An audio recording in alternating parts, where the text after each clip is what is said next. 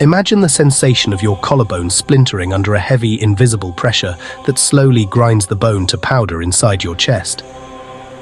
Picture yourself standing at the edge of a 100-foot drop, the freezing wind ripping through your clothes, while two icy, unseen hands wrap tightly around your throat, squeezing until the vessels in your eyes rupture and your vision turns to a fractured, crimson haze.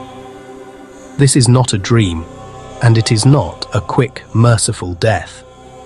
This is the welcoming embrace of Black Ridge Tower, a jagged spike of rotting stone and rusted iron that juts out of the desolate forest canopy like a broken bone piercing through skin. For over a century, this structure has acted as a physical slaughterhouse for the human soul, a place where the veil between our world and something infinitely more hostile has been torn completely wide open, leaving a bleeding wound that refuses to heal. To truly understand the terror that resides within these walls, one must first walk the dead, silent woods that surround the tower's base. For 3 miles in every direction, the forest of Black Ridge is completely devoid of life. There are no birds nesting in the skeletal branches of the oaks, no insects crawling through the damp leaf litter, and no animals tracking through the snow. The air itself feels thick and heavy, like wet wool forced down your throat, carrying a faint but persistent taste of iron and copper. Visitors often report a low, sub-audible hum that vibrates through the soles of their shoes, a frequency that triggers an immediate, instinctual panic. It is the sound of the earth rejecting the tower, or perhaps the sound of the tower digesting the memory of every person who has ever died inside it. The local archives speak of the tower's origins in hushed, hurried tones, but the soil around its foundation tells a far more graphic story. In the winter of 1892, a severe quarantine was established within the tower's stone walls to isolate those afflicted with a localized violent madness that caused victims to claw at their own flesh until their muscles were exposed to the bone. The patients did not die of the disease. They were systematically butchered by a warden named Thomas Vance, who had succumbed to the very same rot he was tasked with locking away. Vance did not merely kill his charges, he used them as raw material for a grotesque ritualistic obsession. When regional authorities finally forced the heavy oak doors open 3 months after the quarantine began, the interior was not a hospital, but a massive, multi-level charnel house. The stone floor of the entryway was slick, with a 4-inch pool of coagulated gelatinous blood that had turned black and rancid in the winter cold. The stone walls were coated in human fat, smeared in thick yellowish strokes to seal the gaps between the masonry. The victims had been pinned to the ceiling with massive rusted iron spikes driven through their palms and ankles, their rib cages pried open with heavy tools while they were still alive to expose their beating hearts to the freezing air. Their internal organs had been carefully extracted and arranged in geometric patterns around the central spiral staircase, forming a continuous path of entrails that led all the way to the top of the tower. But the physical violence did not end when Thomas Vance finally turned his blades on himself, slicing his own throat from ear to ear until his head hung backward off his spine. The tower absorbed that concentrated agony, transforming it into a living predatory force that feeds on physical matter. If you dare to cross the threshold today, the environment shifts instantly. The temperature drops by 40 degrees in a single step, turning your breath into thick plumes of vapor. The smell of scorched copper and decaying tissue becomes so overwhelming that it triggers an involuntary gag reflex, forcing the acidic taste of bile into your mouth. The extraction of energy from the living is immediate. Your skin tightens, your knuckles split and bleed from the sudden dryness, and a dull, throbbing ache begins at the base of your skull, spreading down your spine like ice water. The kinetic violence of the haunting is unparalleled.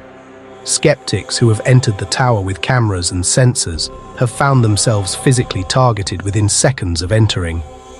In 1978, an urban explorer named Raymond Croft climbed the first flight of stairs, only to be seized by an invisible force that lifted him 3 feet off the ground by his jaw. His companions watched in horror as Croft's jawbone was violently dislocated with a loud, wet snap, his teeth shattering against each other as his mouth was forced open wider than humanly possible. The invisible entity then dragged him face first down the stone steps, scraping the skin and muscle from his cheeks and forehead until his skull was visible through the shredded tissue.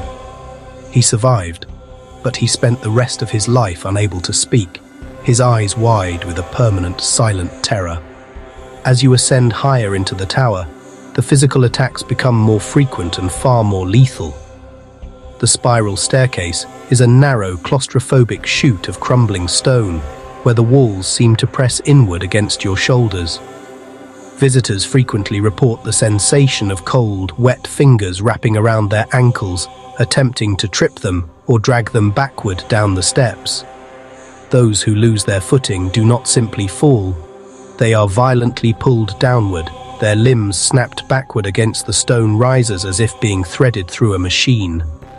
The sound of snapping bone echoes through the hollow shaft of the tower, followed by the wet, rhythmic thud of a body being broken over and over again on the descent.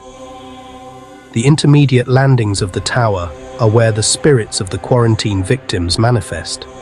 Though they are no longer human, they are distorted, pale shapes with elongated limbs and hollow, featureless faces. They do not merely haunt, they attack with a frantic, animalistic desperation. Visitors have reported being cornered on these narrow landings by figures that crawl along the walls, their joints popping loudly with every movement. These entities strike with physical force, gouging deep, ragged furrows into the arms and chests of their victims with fingernails that have hardened into calcified claws. The wounds inflicted by these spirits do not heal normally. They quickly blacken and fester, leaking a thin, foul-smelling pus that smells of wet grave dirt and sulfur.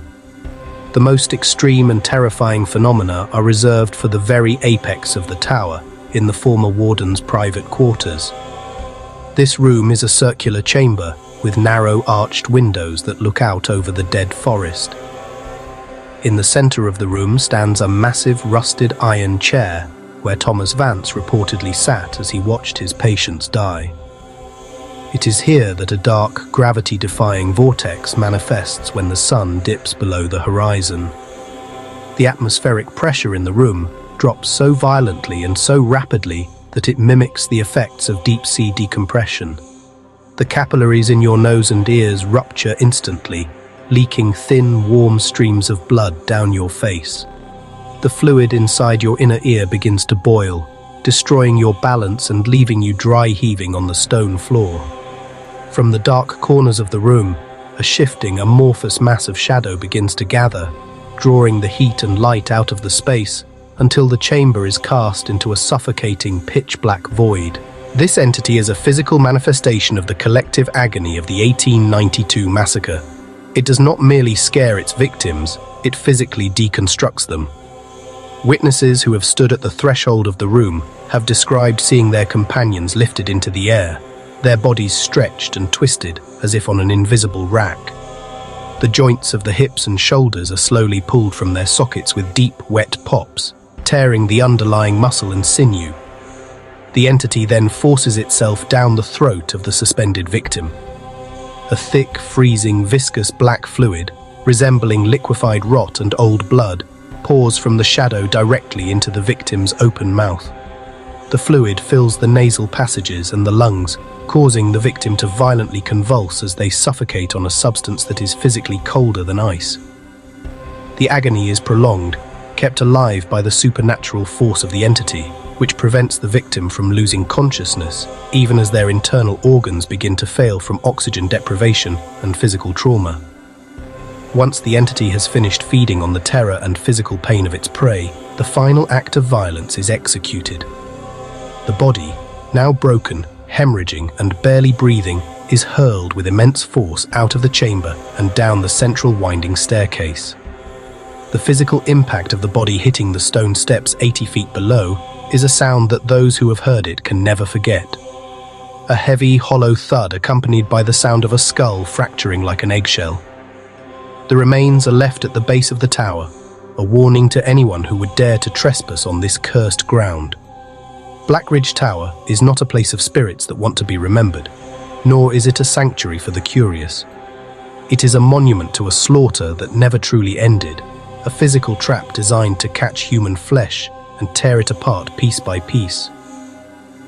The screams that echo from the stone during the dead of night are not faint echoes of the past. They are the active, agonizing torments of those who thought they were strong enough to face the dark.